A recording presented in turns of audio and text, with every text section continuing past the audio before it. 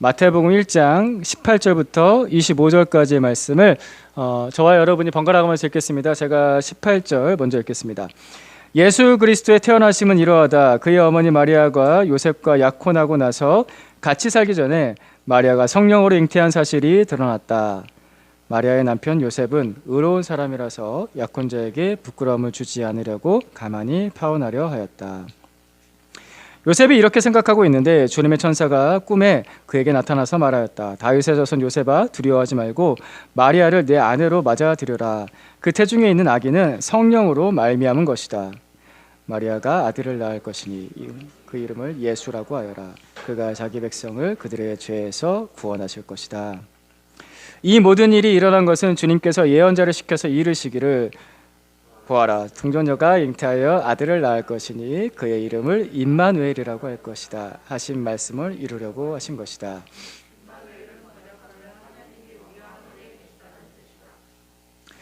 요셉은 잠에서 깨어 일어나서 주님의 천사가 말한 대로 마리아를 아내로 맞아들였다. 그러나 아들을 낳을 때까지는 아내와 잠자리를 같이 하지 않았다. 아들이 태어나니 요셉은 그 이름을 예수라고 하였다. 아멘. 성경에는 영적 존재를 만나는 신비한 일들이 좀 기록이 되어져 있습니다. 우리가 방금 읽은 이 마태복음 1장 말씀도 요셉이 천사, 굉장히 신비한 존재죠. 영적인 존재를 만나는 이야기가 기록되어져 있습니다. 20절 말씀 다시 보시면은 요셉이 이렇게 생각하고 있는데 주님의 천사가 꿈에 그에게 나타나서 말하였다. 다윗의 자손 요셉아, 두려워하지 말고. 천사는 요셉에게 이렇게 말을 시작하죠. 두려워하지 마라 라고 말을 하며 말을 시작합니다. 영적 존재를 만난다는 것 자체가 두렵다는 것을 아는 거죠. 두려운 일입니다. 여러분 혹시 귀신 보신 적 있으십니까? 귀신 보신 분. 나는 귀신을 본 적 있다. 한 분도 없으십니까? 다행이십니다. 저도 본 적 없습니다. 흔한 일은 아니죠. 하지만 이제 귀신 같은 것을 본 것 같기만 해도, 귀신이 아니지만 귀신 같은 것을 본 것 같기만 해도 굉장히 무섭죠. 까무러칠 수도 있고 기절할 수도 있습니다. 영적 존재를 만난다는 것은 그런 두려움을 느끼게 합니다. 사실 요셉은 이 말씀에서 보듯이 그 천사라는 존재를요 직접 만난 게 아닙니다. 꿈속에서 만났거든요. 이거를 좀 생각해 보면요, 천사가 요셉을 굉장히 배려한 행동이다 라고 저는 생각이 듭니다. 왜냐하면은 만약에 요셉이 천사를 직접 만나면은, 꿈속에서가 아니라 직접 만나면요 기절해서 말도 전하지도 못하고 요셉 깨우는데 바쁘지 않았을까. 그래서 천사가 기절할 수 없는 꿈속에서 꿈속에선 기절하기 힘드니까 꿈속에서 기절을 해도 기절했다라고 느끼는 꿈속이니까 그 사람이 깨어 있는 거, 아무튼 꿈속에서 아무튼 꿈속에서 그렇게 만나서 요셉을 배려해서 이렇게 만나 주었다라는 생각이 듭니다. 그리고 두려워하지 말라라고 첫 인사를 이렇게 시작하죠. 꿈속에서조차도 두려워하면 안 돼? 이제 무서워하지 말고 잘 들어봐 하고 하면서 말을 시작합니다. 요셉의 약혼자가 있죠. 요셉의 약혼자는 마리아입니다. 마리아에게 천사가 나타났을 때 동일한 내용을 말을 합니다. 누가복음 1장 30절 말씀인데요. 이 말씀 같이 한번 읽어볼까요? 같이 읽겠습니다. 천사가 마리아에게 말하였다. 두려워하지 말아라. 마리아야, 그대는 하나님의 은혜를 입었다. 아멘. 두려워하지 말아라. 두려워하지 말아라. 천사가 나타날 때마다 요셉한테도 두려워하지 말아라, 마리아한테도 두려워하지 말아라 라고 말합니다. 우리가 최근에 굉장히 유명한 인기 많은 그 드라마 그 지옥을 보면 거기 나온 천사하고는 굉장히 다릅니다. 그죠? 서용태, 너는 3일 뒤에 죽는다. 그리고 지옥에 갈 것이다. 그 천사 느낌하고 완전 다르죠. 두려워하지 말아라 라고 말합니다. 굉장히 배려심이 깊은 천사입니다. 사람이 두려우니까요. 사람은 영적 존재를 만나면 두려움을 느낍니다. 당연합니다. 그럴 수밖에 없습니다. 왜냐하면 이 영적인 존재는 나와 전혀 다른 존재라는 것이기 때문에, 나와 전혀 다른 존재가 인격적인 대화를 걸어옵니다. 굉장히 이질감이 느껴지죠. 강아지가 말을 한다. 그때부터 무서워집니다. 강아지가 멍멍 짖는다. 이거는 무섭지가 않아요. 그죠? 강아지 어느 날 멍멍이 아니라 밥 줘 라고 말해서 왜냐면 이질감이 느껴지거든요. 전혀 나와 다른 존재가 인격적인 태도를 보일 때 어떤 사람처럼 대화를 걸어올 때 굉장히 두렵습니다. 그죠? 이질감에서 그런 이럴 수가 없는 건데라는 느낌, 이질감에서 두려움을 느끼고, 두 번째는 그 초월적 존재 앞에서 나의 죄와 나의 허물이, 나의 부끄러움이 드러날까봐 두렵죠. 뭔가 나를 다 알 것 같잖아요. 그 존재가 초월적 존재를 만나게 되면 죄가 드러나는 두려움이 있습니다. 그리고 마지막으로는 그 영적 존재를 만나게 되면 이게 왜 나한테 나타났어? 심각하게 생각하기 시작하죠. 왜 내가 이런 만남이 있었지? 라고 생각하면서 그거에 의미를 부여하게 될 수밖에 없죠. 그 순간 뭔 생각하게 되냐면요, 내 인생에 큰 변화가 일어날 것 같은 두려움이 있습니다. 뭔 일이 일어나겠구나. 이 세 가지, 이질감, 나의 죄, 큰 변화, 이 세 가지에서 크게 두려움을 느껴서 영적 존재를 만날 때 사람들이 두려움에 떱니다. 강신무, 신내림을 받은 무당이죠. 진짜 귀신이 그에게 와서 무당이 된 사람을 강신무라고 합니다. 귀신을 진짜 받은 사람이죠. 이 강신무들이 처음 귀신을 받을 때 이런 두려움을 느낍니다. 그리고 그 귀신 앞에서 평생, 자신이 섬기는 귀신인데, 자신이 모신다라는 귀신인데, 그 귀신을 평생 무서워하면서 삽니다. 귀신한테 심지어 맞기도 해요. 굉장히 공포에 떨면서 삽니다. 여러분, 귀신이 진짜로 있습니다. 그런 귀신은 진짜 그 지옥에 나오는 그 천사 같은 귀신인 거죠. 너 죽을래. 맨날 협박하는. 강신무들이 그런 두려움 속에서 삽니다. 사람이 하나님을 처음 만날 때, 회심의 은혜를 경험할 때조차도 영적 존재를 만나기 때문에 이와 유사한 두려움을 느끼곤 합니다. 나와 전혀 다른 존재를 만난다는 두려움, 나의 죄, 내 부끄러운 게 드러날 것 같은 두려움, 이 분을 만나면 내 인생에 큰 변화가 일어날 것 같아 라는 두려움. 아까도 말씀드렸지만 이 두려움은 너무나 당연한 것입니다. 없을 수가 없습니다. 모든 사람들 중에서 하나님을 만난 사람들은 다 두려움을 느꼈습니다. 그리고 또 이 두려움은요, 필요한 것입니다. 당연한 것이고 필요한 것입니다. 이 두려움은 인간이 경험하게 되는, 죄인이 경험하게 되는 당연한 두려움입니다. 그런데 하나님을 바르게 만나면 이 두려움이 변화됩니다. 기쁨으로. 이 두려움이 변화됩니다. 기대와 소망으로 변화됩니다. 하나님은 그것을 주시기 위해서 우리에게 찾아오십니다. 그래서 하나님께서 요셉과 마리아와의 첫 만남에서 두려워하지 말라라는 이 첫 인사로 그들에게 말씀하시는 겁니다. 하나님도 잘 아시죠? 얘가 두려워할 것을. 그러니까 두려워하지 말아라 말씀하시고, 또 하나님이 오신 목적이 그거잖아요. 두렵게 하려고 온 게 아니에요. 그러니까 두려워하지 말아라 말씀하시죠. 하나님께서 오히려 두려움을 주려는 것이 아니라 그 두려움을 잠재우러 오십니다. 그런 방법을 하나님께서 너무나 잘 아시는 분이십니다. 밤에 갓난 아기가 잘 자다가도 가끔씩 갑자기 으앙 하고 울 때가 있습니다. 갑작스럽게 막 아기가 울 때가 있습니다. 잘 자다가 쌩은쌩은 잘 자다가 하면서 막 웁니다. 그러면은 초보 엄마들은 애가 왜 우나 하고서 덜컥 겁이 납니다. 어디가 아픈가? 꿈을 꿨나? 애가 갑자기 왜 이렇게 울지? 라고 이렇게 초보 엄마들은 굉장히 좀 자기도 같이 두려워하죠. 근데 아이를 좀 이제 오래 키워보면은, 노련한 엄마가 되면요, 단 몇 번의 행동으로 아기의 울음을 잠재울 수가 있습니다. 단 몇 번의 행동. 토닥, 토닥, 토닥, 토닥. 깜깜한 방 안에서 엄마가 잠깐 손을 뻗쳐서 아이의 가슴을 토닥, 토닥, 토닥, 토닥 하면은 아기는 엄마가 내 옆에 있구나 하고서 안심하고서 다시 편안하게 잠이 듭니다. 울음을 그치고. 두려움은 이런 굉장히 따뜻한 인격적인 나와의 만남 속에서 두려움이 사라지기 시작합니다. 이분이 나를 굉장히 소중하게 여긴다라는 그런 만남, 그런 만지심이 내 가운데 있는 두려움을 몰아내주는 겁니다. 하나님께서 그래서 요셉을 지금 토닥여 주시고 계십니다. 마태복음 1장 18절에서 25절까지의 말씀을, 그 상황을 생각하면서 깊이 묵상해 보면요, 하나님께서 굉장히 요셉을 향해서 부드럽게 다가와 주셨고요, 최대한 이 아이가 놀라지 않고 잘 들을 수 있도록 토닥해 주시죠. 그 방법은 대화였습니다. 하나님께서 그와 대화를 나누십니다. 하나님께서 그에게 말씀을 걸어오십니다. 따뜻한 인격적인 만남을 시작하시려는 것입니다. 사실 요셉의 입장에서는 하나님께서 그렇게 다가오신다라는 것이 정말 필요했던 것입니다. 왜냐하면 하나님께서 이 요셉의 입장을 알고 계셨거든요. 이게 하나님이 전혀 다 무시하고서 그런 것이 아닙니다. 요셉의 입장을 생각해 보십시다. 약혼자가 임신을 했어요. 근데 내 애가 아니에요. 이 상황이 요셉에게 기분 좋은 상황이겠습니까? 굉장히 기분 나쁜 상황이고 무서운 상황이고 두려운 상황이지 않습니까? 이게 상식적으로 말이 되지가 않습니다.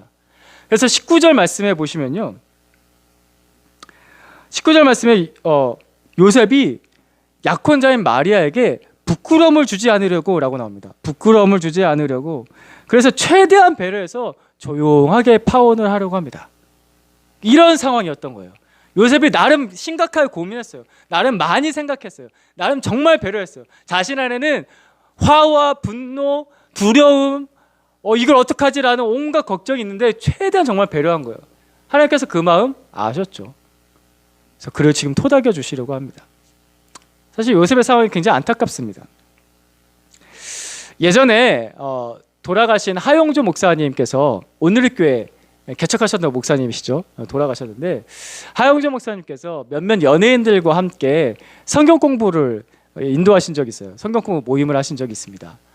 거기 연예인들은 되게 유명한 사람들이 있었던 거죠. 그러니까 옛날 연예인들이니까 우리 애들은 모를 텐데 어른들은 그래도 한 번쯤 들어봤을 만한 연예인들하고 성경 공부 모임을 같이 한 적이 있었는데 그때 이 오늘 본문의 이야기가 큰 질문거리가 됐습니다. 한 연예인 한 분이 이렇게 말한 거죠.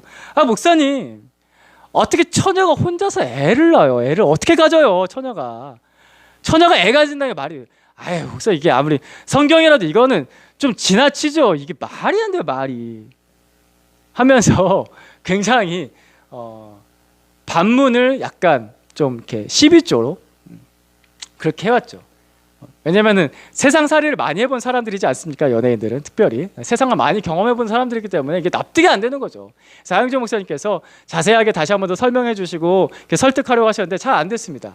하도 이렇게 계속, 야, 아니라고, 이게 어떻게 되냐고, 처녀가, 에이, 그런 게 어딨어 이러면서 계속. 근데 그때 옆에 이 이야기를 듣고 있던 다른 한 분이 버럭하고 화를 내면서 이렇게 말을 했습니다. 아, 지 서방이 믿는데 왜 너희들이 못 믿어? 지 서방이 믿는데다 지 서방이 왜 니들이 나뉘냐고. 그러니까 마리아의 남편, 마리아 서방이죠. 마리아의 남편 요셉이 믿었는데 왜 너희들이 난리야? 믿었는데, 요셉이 믿었는데, 처녀가 잉태했다고 요셉이 믿었잖아, 남편이.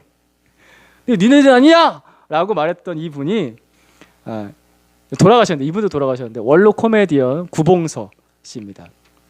장로님이시더라고요, 이분이. 이분이 그래서 이 말로 많이 전도를 했다라고 하더라고요. 마리아가 성령으로 잉태된 게 안 믿어져? 야, 남편이 믿었어. 남편이 서방이 믿었는데 왜 너희들이 못 믿어? 믿어봐! 그래서 전도를 하셨다고, 옛날에. 그런 분이십니다.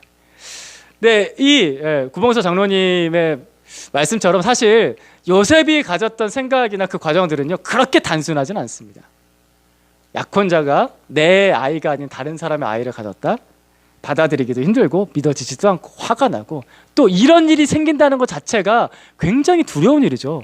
한 남자의 인생을 생각해 보십시오. 이건 굉장히 두려운 일입니다. 내 인생에 왜 이런 일이 생기나. 그래서 하나님께서 요셉에게 마리아의 임신을 그냥 받아들여라고 일방적으로 명령하시지 않으십니다. 오늘 본문을 자세히 보시면요, 하나님께서 명령하시긴 하시죠. 맞이하라고. 근데 그 과정과 이유에 대해서 자세하게 설명을 해주십니다. 그 내용을 다시 보겠습니다. 20절 말씀부터 다시 봅니다. 20절, 22절, 23절. 여러분이 먼저 20절 읽어주시겠습니까? 요셉이, 시작. 요셉이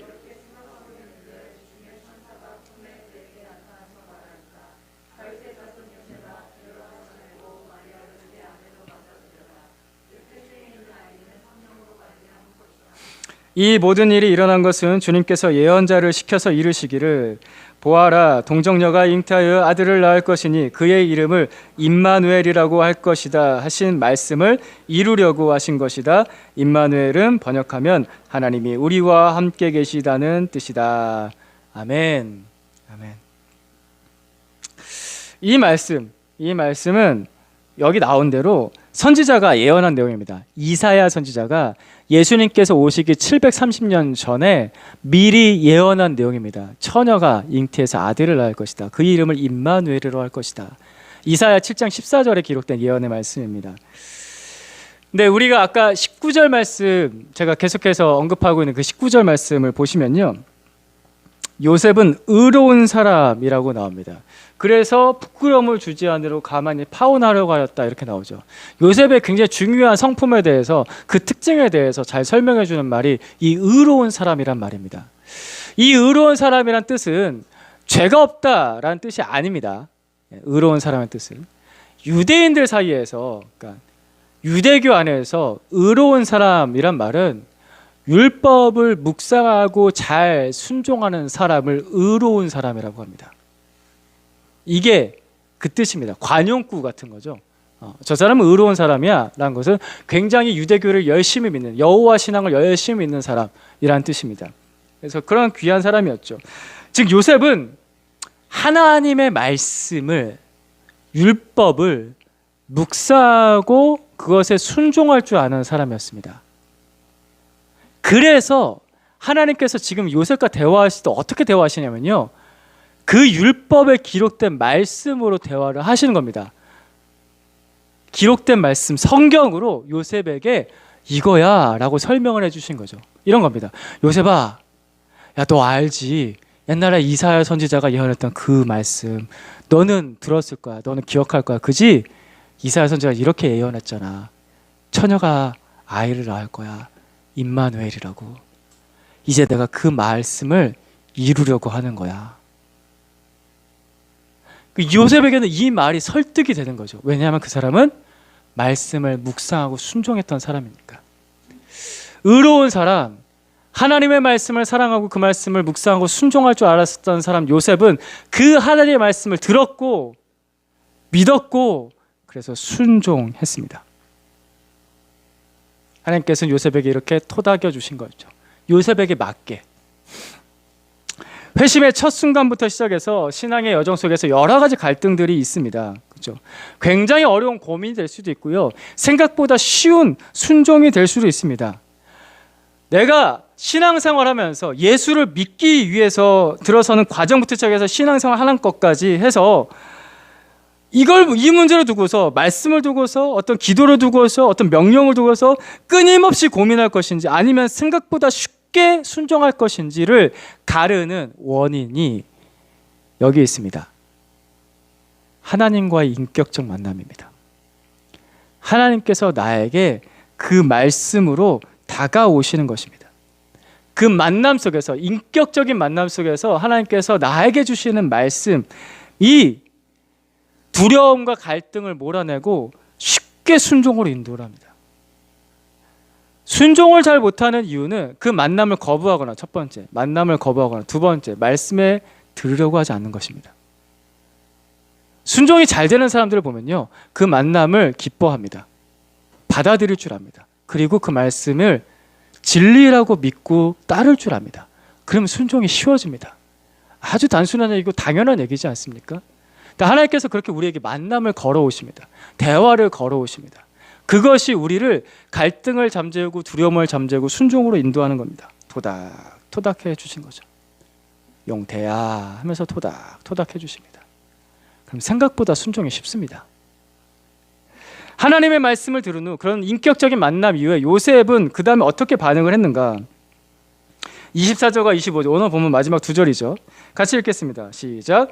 요셉은 잠에서 깨어 일어나서 주님의 천사가 말한 대로 마리아를 아내로 맞아들였다. 그러나 아들을 낳을 때까지는 아내와 잠자리를 같이 하지 않았다. 아들이 태어나니 요셉은 그 이름을 예수라고 하였다. 요셉이 여전히 사라지지 않는 갈등 때문에 어쩔 수 없이 억지로 천사가 무서워서 나한테 벼락칠까 봐 억지로 에이 해야지 해서 순종하지 않죠. 그렇게 순종하는 거 아닙니다. 요셉의 태도들을 24절에서 25절까지 보면요, 굉장히 적극적이고 능동적입니다. 아내를 아주 기쁘게 맞아들이고요, 그리고 아내와 그 아이를 적극적으로 보호해 줍니다. 요셉은 자발적인 순종을 하고 있는 것입니다. 그의 모습 속에서는 기대와 소망까지도 느껴집니다.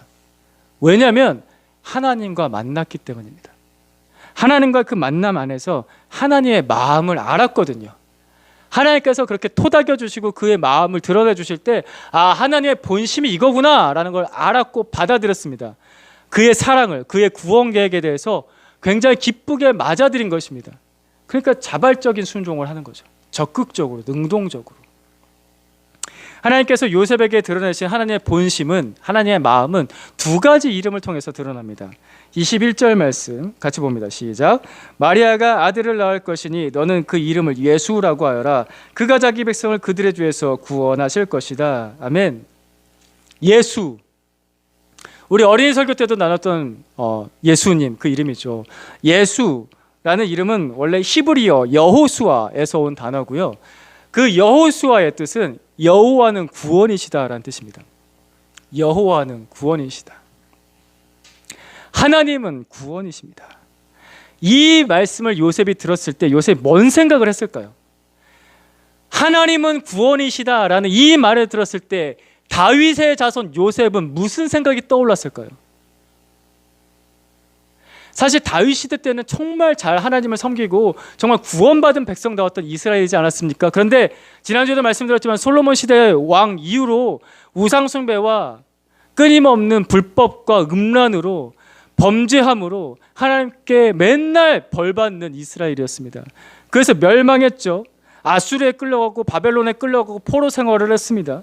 그런 이스라엘이었습니다. 이제는 지금 요셉 시대에는 또 다른 대제국인 로마의 지배 아래 식민지로 숨죽여서 살아야 됐던 이스라엘이었습니다. 그때 다윗의 자손 요셉이 예수라는 이름을 들었습니다. 하나님은 구원이시다.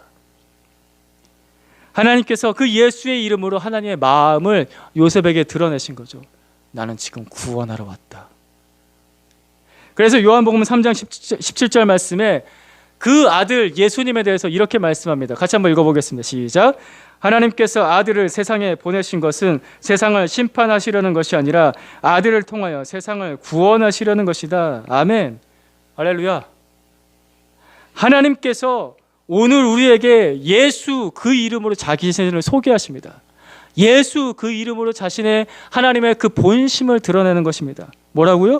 두려움을 주려는 게 아니고 심판하려는 게 아니고 예수 그 이름으로 우리를 구원하러 오신 하나님이시다. 하나님은 구원이시다. 우리가 신앙생활하면서 때로는 뭔가 좀 안 좋은 일을 겪을 때가 있습니다. 그죠? 인생 살면서 때로는 내가 분명히 죄를 지어서 내 마음에 어두움이 찾아올 때가 있습니다. 이건 죄 때문이니까요. 내 죄 때문이니까. 이거 무슨 하나님 탓을 하겠어요? 내 안에 계신 하나님께서, 내 곁에 계신 하나님께서 내가 죄 짓는 모습을 보실 때 하나님께서 슬퍼하십니다. 당연하죠. 그 슬픔이 나한테 느껴집니다.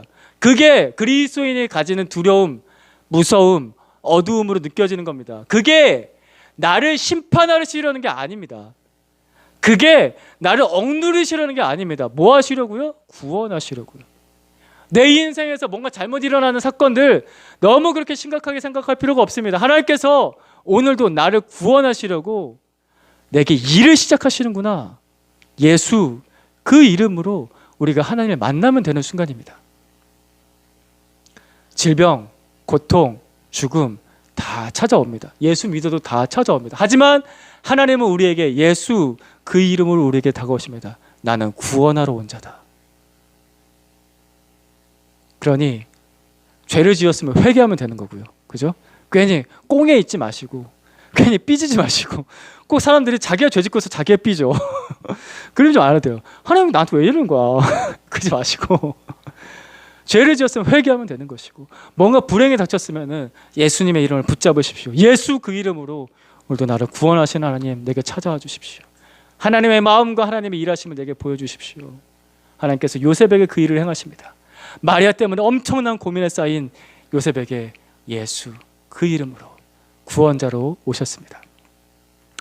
두 번째는 23절입니다. 두 번째 이름이죠. 같이 읽겠습니다. 시작.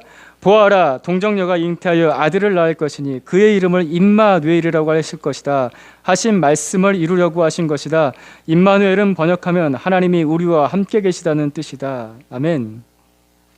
임마누엘, 하나님이 우리와 함께 계신다. 이 이사야 선지자 이 유명한 예언은 그 당시에 하나님을 믿고 따랐던 경건한 유대인들 있습니다. 그 당시 유대인들은 다 이렇게 율법주의화되고 그런 게 아닙니다. 진짜 경건한 요셉 같은 경건한 유대인들에게는 정말 간절한 소원이었습니다. 하나님, 언제 이 말씀을 이루어 주시겠습니까라고 대망하던, 간절히 소망하던 그런 경건한 유대인들이 있었습니다. 그들에게는 정말 이것이 이 말씀이 이루어지기를 날마다 바랬죠. 그 옛날 모세 시대에 광야에 있었음에도 불구하고 불기둥과 구름기둥으로 그 험한 광야길을 우리와 동행하셨던 그 하나님, 임마누엘 하나님.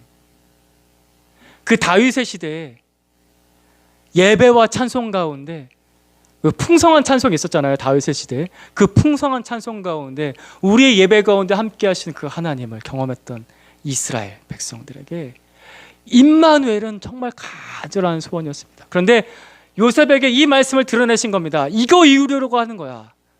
하나님께서 궁극적으로 내가 이제 너희와 함께 할 거야 라는 임마누엘을 이제 완성하겠다라고 요셉에게 말씀하시는 거죠.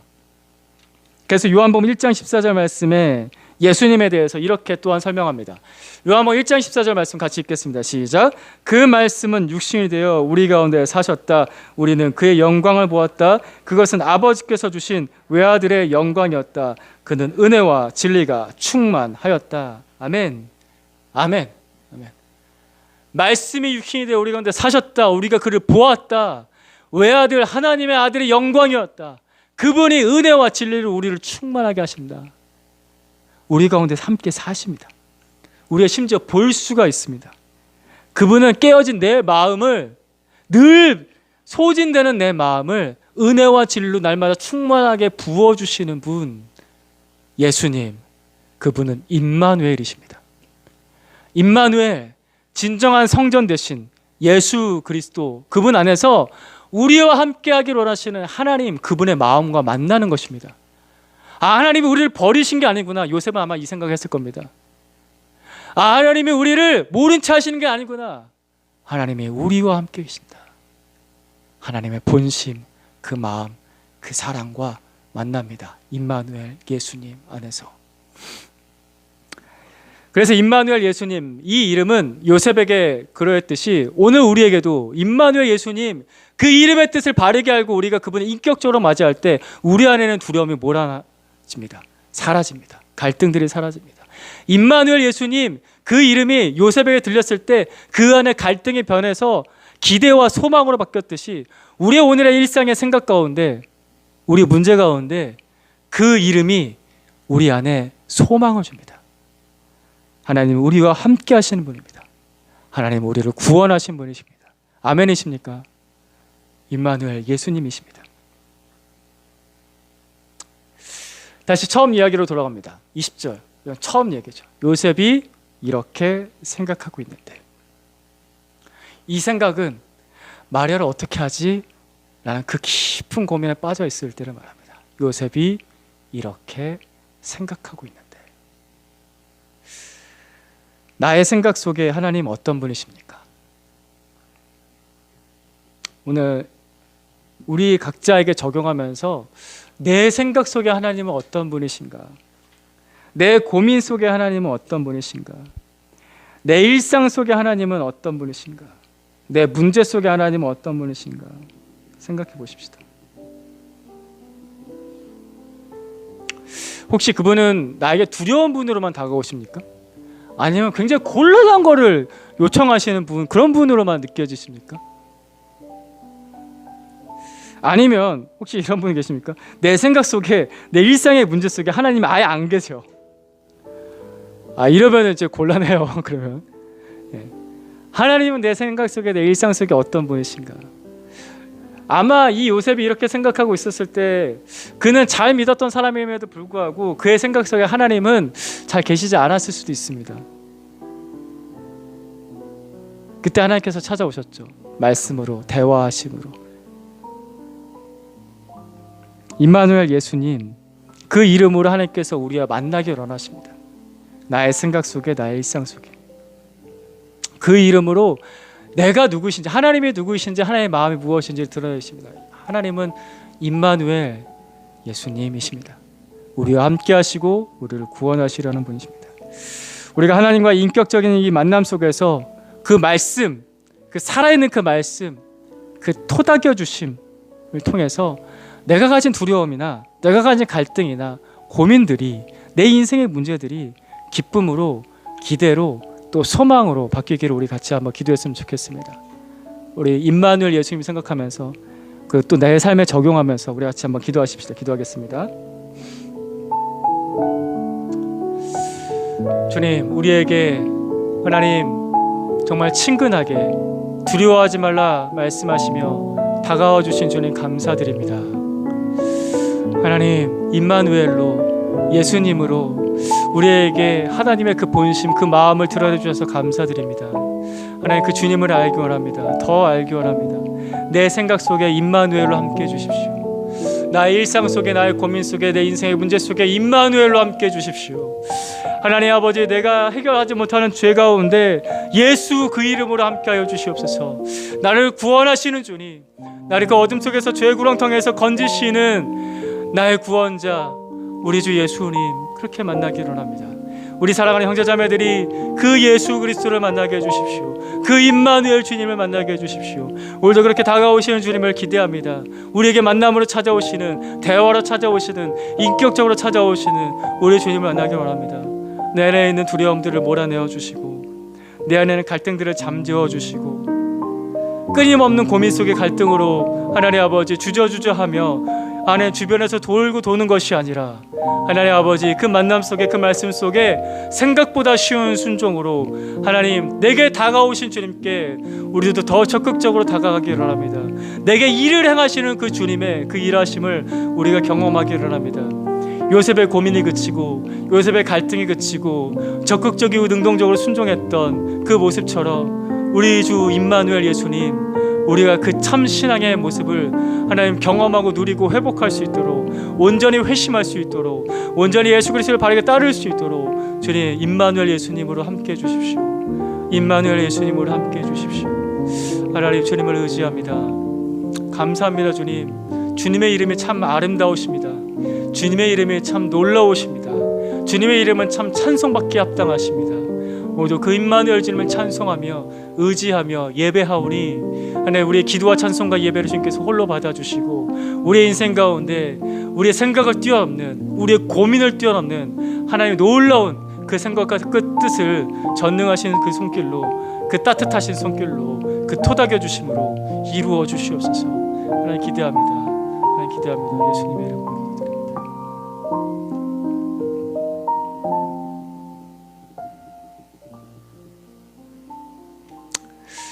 하나님, 약속의 말씀 그 이름으로 우리에게 찾아오시고 만나주시고 임마누엘 예수님, 그 이름대로 우리 가운데 이루어 주시옵소서. 예수님의 이름으로 기도드립니다. 아멘.